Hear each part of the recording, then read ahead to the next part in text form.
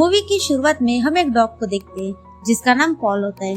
घर के अंदर उसे कुछ महसूस होता है और वो घर के बाहर जाने के लिए भागता है, पर डोर बंद था। तभी वहाँ पर एक लड़की आती है और वो डोर ओपन कर देती है। उसे लगा कि पॉल बाहर घूमने के लिए भाग रहा है। पॉल घर के बाहर जाता है। थोड़ी देर बाद वो लड़की पॉल को ढूंढने के लिए आती है। उसके हाथ में टेडी था। तभी वो लड़की देखती है कि पॉल आसमान से चमकते हुए लाइट पर भौंक रहा था और तभी उसके ऊपर एक स्पेसशिप आकर गिरता है और पॉल मर जाता है। उसके बाद कहानी कुछ साल के बाद की दिखाई जाती है, जहाँ हमें दो लड़कों को दिखाया जाता है जिसका नाम ग्रीमी और क्लाइव है। वो दोनों एंजॉय करने के लिए अमेरिका आए थे, जहाँ वो दोनों एक स्टोर में थे। उन्हें वहाँ पर सबसे फेमस राइटर एडम शैडो को देखते हैं, जो अपने फैंस को ऑटोग्राफ और बुक्स बेच रहा था। ग्रीमी और क्लाइव उनके बड़े फैंस थे। वो दोनों उनसे मिलते हैं और क्लाइव भी एक राइटर था। वो उसकी कॉमिक्स उसको दिखाता है। राइटर एडम शैडो कहता है कि मैं जरूर इस किताब को पढ़ूंगा। उसके बाद वो वहाँ से चले जाते हैं और एक होटल में रुक जाते हैं। वहाँ वो दोनों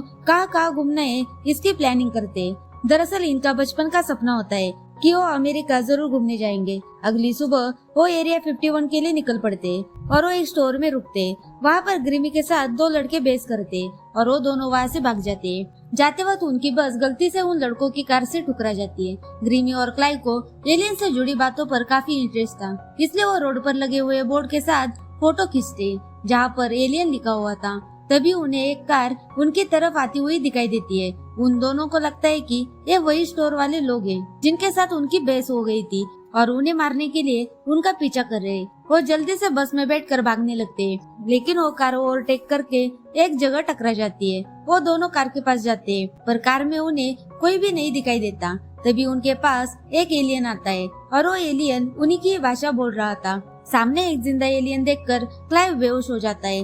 वो एलियंस ग्रीमी से मदद मांगता है और वो जल्दी से बस को यहाँ से निकालने के लिए कहता है। ग्रीमी भी घबरा कर उसकी मदद के लिए तैयार हो जाता है। एलियंस और ग्रीमी क्लाइव को उठाकर बस में रखकर वहाँ से चले जाते। ग्रीमी को लग रहा था ये नकली एलियंस है, उसके अंदर कोई मशीन और लैंग्वेज फिट की गई है। उसके बाद वही कार के पास एक एजेंट ऑफिसर आता है जो पॉल के पीछे था।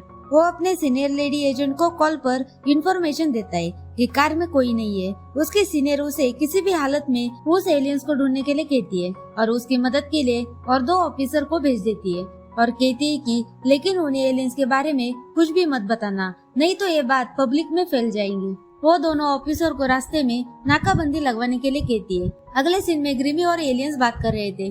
तभी क्लाइव होश में आ जाता है। एलियन से बात करने पर क्लाइव को भी यकीन हो जाता है कि ये असली एलियंस है। आगे रास्ते में वो दो ऑफिसर उनकी बस को रोक लेते हैं और बस को चेक करते हैं। एलियन गायब हो जाता है, पर उन्हें बस में कुछ भी नहीं मिलता सिवाय क्लाइव के गिली पैंट और एडम शैडो की कॉमिक्स के, और उसमें एक ऑफिसर भी एडम शैडो का फैन था। आगे वो वहाँ से चले जाते। तभी उनके सामने एलियंस आता है और वो कहता है कि वो जब चाहे अपनी सांस रोककर गायब हो सकता है। तभी क्लाइव ग्रीमी से कहता है कि हमारे वैन में एक एलियंस है, अगर हम पकड़े गए हमें गिरफ्तार करेंगे। हम एलियंस को लिफ्ट देकर ये रिस्क नहीं ले सकते। तब ग्रीमी कहता है कि उसकी जान खतरे में है और हमें उसकी मदद करनी चाहिए और वो एलियंस बुरा नहीं है।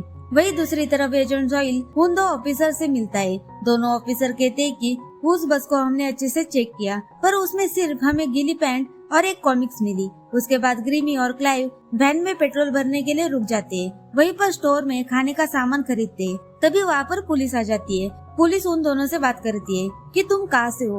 वो दोनों कहते हैं कि हम इंग्लैंड से हैं और हम अमेरिका घूमने के लिए आए हैं। वो दोनों कैसे तैसे करके स्टोर से बाहर आकर अपनी वैन को लेकर वहाँ से निकल जाते हैं। रास्ते में उनकी वैन के कांच पर एक चिड़िया आकर टकरा जाती है और वो मर जाती है। ये तीनों वैन के बाहर आकर उस चिड़िया को देखने के लिए जाते हैं। पॉल उस चिड़िया को अपनी पावर से जिंदा कर देता है। ये देखकर क्लाइव और ग्रीमी के तो होश उड़ जाते हैं। उस चिड़िया को जिंदा करके पॉल उसे खा जाता है और कहता है कि मरी हुई चिड़िया को नहीं खाते।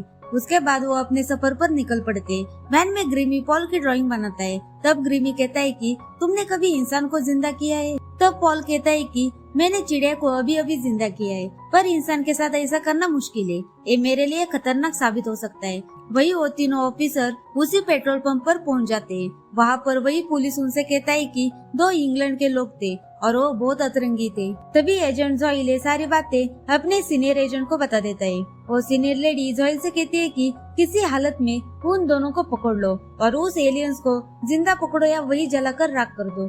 और ये सारी बातें दूसरा ऑफिसर सुन लेता है। उसे लगता है कि जॉयल उनसे कुछ छुपा रहा है। वही दूसरी तरफ ग्रिमी और क्लाइव रात बिताने के लिए आरवी पार्क में रुक जाते हैं। वही उन्हें एक लड़की मिलती है। क्लाइव कहता है कि हम यहाँ एक रात बिता सकते हैं। वो लड़की कहती है कि एक रात की वैन पार्किंग करने के लिए $25 लगेंगे और आप सुबह भी पे कर सकते हो। वो सेफ्टी के लिए उनका आईडी प्रूफ लेती है तो क्लाइव उसका पासपोर्ट देता है। वो अपनी वैन को पार्क करते। रात में वो तीनों बात कर रहे थे। तभी पॉल कहता है कि वो एक साइंस मिशन पर आया था, पर उनका स्पेसशिप क्रैश हो गया और उसे एक लड़की ने बाहर निकाल कर बचा लिया। पर कोई लोग आकर उसे पकड़ कर ले गए और वो गवर्नमेंट के लोग थे। उसके बाद वो गवर्नमेंट के लिए काम करता था और इतना ही नहीं, उसने 60 सालों से पूरी दुनिया को एलियंस का क्रैश कोर्स दिया है। उसके बाद वो तीनों डांस करके एंजॉय कर रहे थे। तभी वहाँ पर वही लड़की आ जाती है और उसे गाड़ी के नीचे से 3 लोगों के पैर दिखते। तब उसे पता चलता है कि ये 2 नहीं बल्कि 3 लोग हैं। तभी उस लड़की के डैड उसे आवाज देते जो काफी स्ट्रिक्ट थे। रूट घर के अंदर चली जाती है। अगली सुबह वो लड़की उनकी वैन में आती है और उसका नाम रूट बताती है। रूट उनके तीसरे दोस्त के बारे में पूछती है। तब एलियंस कहता है कि मैं वॉशरूम में बैठा हूँ।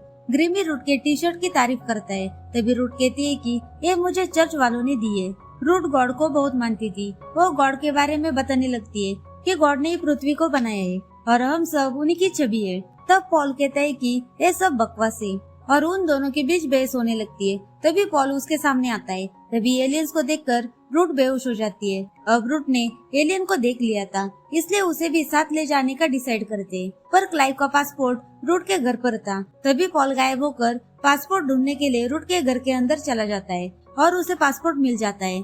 पर वो अपनी सांस ज्यादा देर तक नहीं रोक पाता और वो वापस दिखने लगता है। तभी रूट के डैड उसे देख लेते और उसे एक शैतान समझकर उस पर गन से शूट करने लगते। पर वो सभी कैसे भी करके अपने वैन को लेकर वहाँ से भाग जाते और उनके साथ रूट को भी ले जाते। लेकिन वैन से पॉल की ड्राइंग जो ग्रिमी ने बनाई थी वो रूट के डैड के सामने गिर जाती है। कुछ देर के बाद रूट को होश आता है और वो फिर से पॉल को देखकर चिल्लाने लगती है। तभी ग्रिमी उसे समझाता है कि पॉल बुरा नहीं है, ये दूसरी दुनिया से आया है, हमें उसे उसके घर पहुंचाना है। पर रूट उसे शैतानी समझती है और कहती है कि उसने तुम दोनों को वश में कर लिया है और हमारी एक ही दुनिया है जो ईश्वर ने खुद अपने हाथों से बनाई है। तभी पॉल उसके सर पर हाथ रखकर अपनी पावर से रूट को सारा ब्रह्मांड दिखा देता है, क्योंकि पॉल दिखाना चाहता था कि सच में मेरा अस्तित्व है। रूट फिर से बेहोश हो जाती है। उसके बाद रूट के घर वे तीनों ऑफिसर पहुंच जाते हैं। तब रूट के डैड बताते हैं कि वो शैतान मेरी बेटी को ले गया।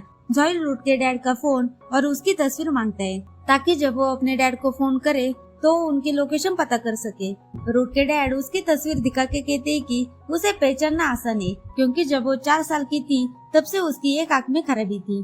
तभी दूसरे ऑफिसर को एलियन की ड्राइंग मिलती है, जिससे उसे पता चलता है कि हम एक एलियन को ढूंढ रहे हैं और ये बात जॉयल ने उनसे छुपाई थी। बाहर आकर वो जॉयल को पूछता है कि आखिर में हम किसे ढूंढ रहे हैं। तब जॉयल कहता है कि अगर जरूरी होगा तब मैं तुम्हें बता दूंगा। रूट के डैड को उन ऑफिसर पर शक होता है, तब वो भी अपनी गन को लेकर रूट को ढूंढने के लिए निकल पड़ते हैं। आगे रूट वैन को रोककर वहाँ से जाने लगती है, पर ग्रिमी उसे समझाता है और कुछ देर बाद रूट उनके साथ जाने के लिए मान जाती है। उसके बाद पॉल अपनी पावर यूज करके रूट की आंखें ठीक कर देता है। इससे सब खुश हो जाते हैं कि रूट की आंखें ठीक हो गई। उसके बाद वो सभी एक बार में रुक जाते हैं। वहाँ पर वही कार खड़ी थी जो क्लाइव ने गलती से ठोक दी थी। अंदर जाके रूट अपने डैड को कॉल करती है, पर वो कॉल एजेंट जॉयल उठाता है, क्योंकि उसके डैड का फोन एजेंट ने ले लिया था ताकि रूट का कॉल आया तो उनकी लोकेशन पता कर सके। और यही होता है, वो ऑफिसर को उनकी लोकेशन मिल जाती है। रूट जल्दी से फोन को रखकर वहाँ से भागने वाली थी। तभी कार वाले वही 2 लड़के आकर रूट को छेड़ने लगते हैं और क्लाइव और ग्रिमी को भी देखते हैं। तभी उनके बीच लड़ाई होने लगती है। लड़ाई को रोकने के लिए पुलिस वहाँ पर आ जाती है, पर क्लाइव ग्रिमी और उसके साथी वहाँ से भाग जाते हैं और अपनी वैन को एक जगह पर पार्क करते हैं। तभी पॉल कहता है कि चलो बाहर जाके थोड़ा एंजॉय करते हैं। बाहर आके वे सभी बैठकर बातें कर रहे थे। तभी ग्रिमी पॉल को पूछता है कि तुम्हें पृथ्वी से वापस जाने की इतनी जल्दी क्यों है। तब वो कहता है कि गवर्नमेंट के हिसाब से वो सब कुछ सीख चुके हैं और अब उनको एक ही चीज सीखनी थी और वो है एबिलिटी, जैसे घाव भरना, गायब होना और ये सब जानने के लिए वो मेरी काटपीट करना चाहते हैं और मैं मरना नहीं चाहता। वही गवर्नमेंट के साथ एक मेरा दोस्त था, उसकी मदद से उसने उसके ग्रह पर सिग्नल भेज दिया था और वो आने वाले थे, सभी तैयार थे, पर गवर्नमेंट ने उसका ऑपरेशन एक दिन पहले ही प्रीपोन करके उनका प्लान चौपट कर दिया और पॉल किसी तरह से बचकर उनकी कार को लेकर वहाँ से भाग निकला और आगे कहता है कि जब मैं फिर से पकड़ा जाऊंगा तो गवर्नमेंट के लोग उसके दिमाग के टुकड़े करेंगे। अगली सुबह जब वो तीनों उठते तो रूट वहाँ पे नहीं थी और रात में ही वैन के अंदर सोने के लिए जा चुकी थी। ये तीनों भी अपनी वैन की तरफ जा रहे थे पर बाहर भीड़ बहुत थी और पॉल इतनी देर तक अपनी सांस रोक नहीं सकता था, इसलिए क्लाइव और ग्रिमी उसे काउबॉय के कपड़े पहना देते और वैन की तरफ जा रहे थे। तभी क्लाइव को एक स्टोर में एक तलवार दिखती है और वो काफी सस्ती होती है। पॉल ग्रिमी को कहता है कि तुम वैन की तरफ जाओ और वैन को यही लेकर आओ। वो दोनों तलवार खरीदने जाते। दूसरी तरफ वैन में रूट सो रही थी। तभी वैन के बाहर एजेंट जॉयल आता है पर वो रूट को नहीं पहचानता क्योंकि रूट के डैड ने जो फोटो दी थी उसमें रूट की आंखें खराब थी और अब रूट की आंखें ठीक हो चुकी थी। तो जॉयल रूट से पूछताछ करके वहाँ से चला जाता है। वही दूसरी तरफ स्टोर में वही दो ऑफिसर कॉमिक खरीदने के लिए आते हैं और वो आंखों के सामने एलियन को देख लेते हैं। ऑफिसर पॉल पर गोलियां चलाता है। तभी ग्रीमी अपनी वैन को लेकर आता है। क्लाइव और पॉल कैसे भी अपनी जान बचाकर उस वैन में बैठकर वहाँ से भाग जाते हैं। तभी रूट के डैड भी उनको देख लेते, वो भी उनके वैन का पीछा करते।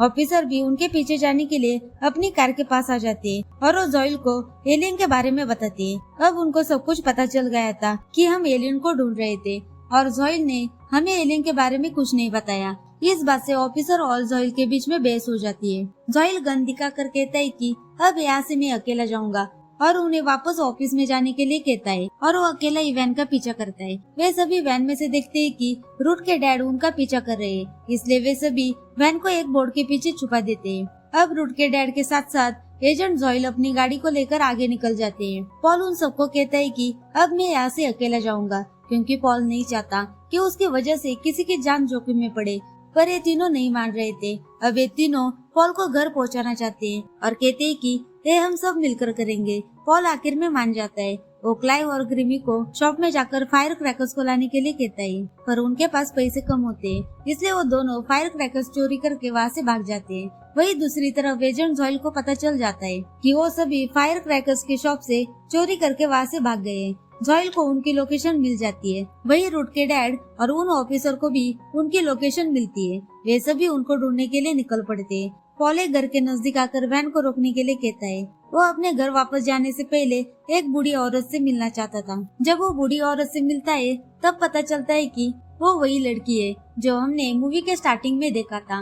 अब वो बूढ़ी हो चुकी है। वही दोनों ऑफिसर आकर उनके ऊपर हमला कर देते और जॉयल भी वहाँ पर आ चुका था, पर तभी पॉल आकर जॉयल को बेहोश करता है और वो ऑफिसर गन दिखाकर पॉल को उसके हवाले करने के लिए कहता है, पर तभी ग्रिमी चुपके से किसी चीज से वार करता है और वो ऑफिसर बेहोश हो जाता है। ये सभी अपनी वैन को लेकर वहाँ से भाग जाते हैं। तभी ऑफिसर उठकर उनके वैन पर गोलियां चलाने लगता है। ऑफिसर का साथी भी घर के अंदर से शूट करता है, पर घर में गैस लीक होने के कारण घर ब्लास्ट होता है। वो बूढ़ी औरत भी उनके साथ भाग जाती है। वो ऑफिसर उनके वैन को पकड़ लेता है और पॉल के ऊपर शूट करने वाला था। तभी उनकी कार एक खाई में गिर जाती है। कार में जॉयल को उसकी सीनियर लेडी का कॉल आता है और उन दोनों ऑफिसर के बारे में पूछती है। जॉयल कहता है कि वो दोनों मर गए। तब वो कहते हैं कि अब मुझे आना पड़ेगा। दूसरी तरफ पॉल और उसके साथी एक जगह पर पहुंच जाते हैं जहाँ स्पेसशिप आने वाला होता है। वहाँ जाके वे सभी फायर क्रैकर को जलाते हैं ताकि स्पेसशिप को सिग्नल मिल सके, पर तभी वहाँ पर वही लेडी सीनियर अपनी टीम को लेकर आ जाती है। तभी जॉयल भी वहाँ पर पहुंच जाता है और सीनियर लेडी के टीम पर शूट करके उन्हें मार देता है और खुद घायल हो जाता है। क्लाइव ये देखकर अपनी तलवार निकालता है, पर सस्ती तलवार कैसे टिक पाती, वो निकालने से पहले टूट जाती है। वैसे भी उस लेडी पर हमला करते हैं, पर उसके सामने कोई भी टिक नहीं पाता। तभी बूढ़ी औरत आकर एक ही गुस्से में उसे मार गिराती है।